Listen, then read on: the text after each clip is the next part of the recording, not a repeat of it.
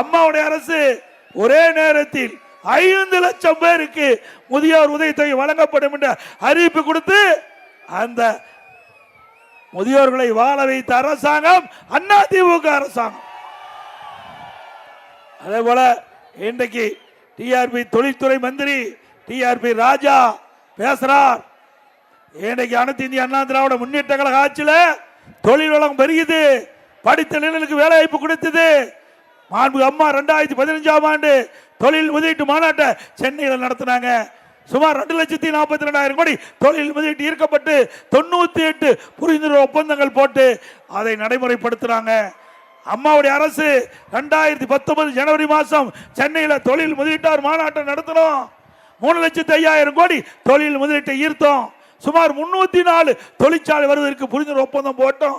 பெரும்பாலான தொழிற்சாலைகள் நிறைவு பெற்று பயன்பாட்டை கொண்டாந்தோம். பல லட்சம் பேருக்கு வேலை வாய்ப்பை பெருகி தந்த அரசாங்கம் அதிமுக அரசாங்கம். விடியா திமுக அரசு திரு ஸ்டாலின் முதலமைச்சர் பொறுப்பேற்ற பிறகு இந்த அரசாங்கம் வெளியிட்டிருக்குது.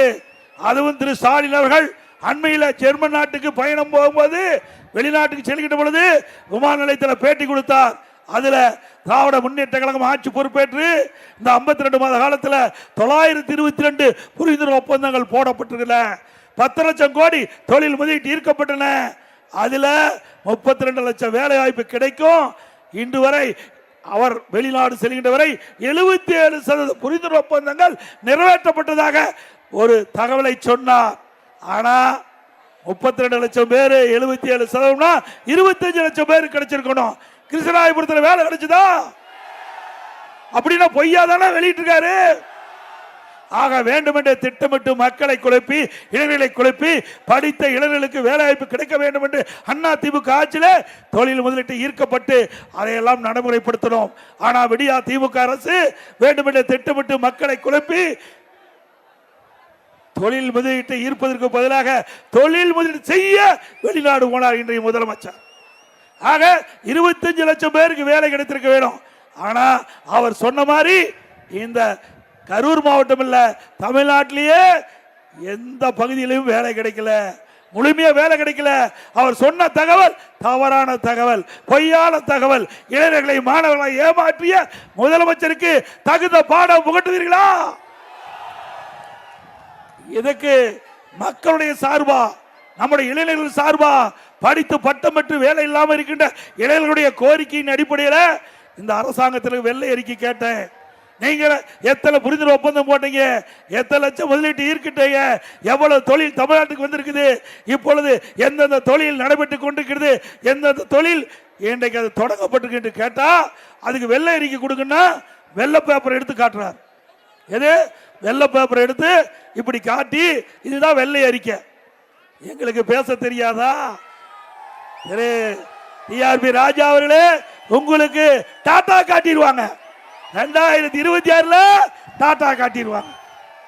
ஆக ஒரு பிரதான எதிர்க்கட்சி தலைவர் இன்றைக்கு நம்முடைய இளைஞர்கள் படித்து வேலை இல்லாமல் இருக்கிறாங்க.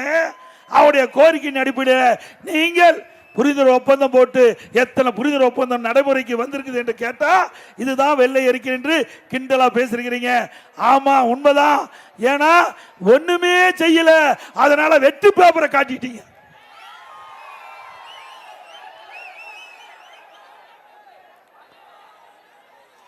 இன்றைக்கு திரு ஸ்டாலின் 5 முறை வெளிநாடு போயிருக்கிறார். 5 முறை வெளிநாடு போயிருக்கிறார். இப்போ ஒரு வெளிநாட்டுக்கு போய் ஸ்பெயின் என்று கருதுகிறேன், அந்த நாட்டுக்கு போய் தொழில் முதலீட்டு இருக்குன்னு இங்க பத்திரிகையிலையும் ஊடகத்திலையும் பேட்டி கொடுத்துட்டு வெளிநாடு போனார். சரி, எல்லாம் சந்தோஷமா இருந்தான். பரவாயில்ல, முதலமைச்சர் வெளிநாடு போறாரு, புதிய தொழில் முதலீட்டு இருப்பாரு, நம்மளுடைய இளைஞர்களுக்கு வேலை வாய்ப்பு கிடைக்கும் என்று நம்ம சந்தோஷமா இருந்தோம். ஆனா அங்க போய் தொழில் முதலீட்டு ஈர்ப்பதுக்கு பதிலாக சைக்கிள் ஓட்டிட்டு இருக்காரு. சைக்கிள் ஓட்டுல பார்த்தோம்ல, சைக்கிள் ஓட்டுறதுக்காக நீங்க வெளிநாடு போகணும். இங்கேயா ஈசிஆர் ரோட்ல ஓட்டு நீங்க சைக்கிள் ஓட்டிட்டு இருந்தீங்க. இந்த சைக்கிள் ஓட்டுற காட்சி பார்க்கறதுக்கு மக்கள் உங்களை ஓட்டு போட்டு முதலமைச்சர் ஆக்குனாங்க. இப்படிப்பட்ட முதலமைச்சர் தொடர வேண்டுமா? அது மட்டும் இல்ல, இன்றைய தினம் இந்த பகுதியில் இருக்கிற ஒரு அமைச்சர், முன்னாள் அமைச்சர் யார், அவ கொஞ்சம் தள்ளாதீங்கப்பா, அப்படி நெல்லுங்க, தள்ளாதீங்க, தள்ளுறீங்க. இங்க இருக்கிற அமைச்சர் யாருன்னு தெரியுமில்ல? கரூர் மாவட்ட முன்னாள் அமைச்சர் திமுக செந்தில் பாலாஜி, அவருக்கு ஒரு பேர் 10 ரூபாய் இருக்குது. 10 ரூபா பாலாஜி தெளிவா தெரிஞ்சிருக்கிறீங்க. அந்த 10 ரூபா பாலாஜி இந்த மாவட்டத்தில் பூந்துக்கிட்டு அலாசிட்டு இருக்கார். தேர்தல் வரும், நாங்க கொள்ளையடித்த பணத்தெல்லாம் மக்கள்கிட்ட கொடுப்போம், ஓட்டை வாங்கி ஜெயிச்சிரும், மீண்டும் ஆட்சிக்கு வந்து கொள்ளையடிப்புன்னு திட்டம் போட்டிருக்காரு. அந்த திட்டத்துக்கு யாரும் வில போயிடாதீங்க. எவ்வளவு பணம் கொடுத்தாலும் வாங்கிக்க, தங்கத்தை கொடுத்தாலும் வாங்கிக்க, ஆனா ஒரிஜினல் தங்கம் கொடுக்க மாட்டார். ஏன்னா ஏற்கனவே 2021 சட்டமன்ற பொது தேர்தல் கரூர் நடந்தது. அவர் வேட்பாளராக போட்டிட்டாரு. அப்போ நம்முடைய சகோதரிகளுக்கு வெள்ளி குலுசு கொடுத்தாரு. அந்த வெள்ளி குலுசெல்லாம் வாங்கி ஆகா இன்னைக்கு செந்தில் பாலாஜி கொடுத்துட்டாரு பரவாயில்லைன்னு போய் அந்த கடையில் போய் நகைக்கடையில் போய் அந்த வெள்ளி குலுசை வச்சு விற்க போனா அங்கதான் தெரிஞ்சுது போலி வெள்ளி குலுசு. ஆக இப்படிப்பட்டவர்களாம் இன்றைக்கு தேர்தல் டெபாசிட்டை இழக்க செய்வீங்களா? இங்கிருந்து கரூருக்கு காது கேட்க வேண்டும். ஆக மக்களை எப்படி ஏமாற்றுவது, அதற்கு கைதேர்ந்தவர் இங்க மாவட்டத்தில் இருக்கிற செந்தில் பாலாஜி. தேர்தல் வந்துட்டா போதும், அதுக்கு ஒரு அவதாரம் எடுத்துருவார். அப்படியே அழகா பேசுவார்.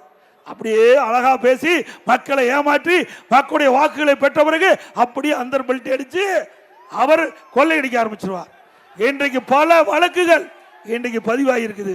இன்றைக்கு டாஸ்மாக் வழக்கு தமிழகத்தில் சுமார் 6000 மதுக்கடை இருக்குது. ஒரு மதுக்கடையில் ஒரு நாளைக்கு 1.5 கோடி பாட்டில் விற்குது.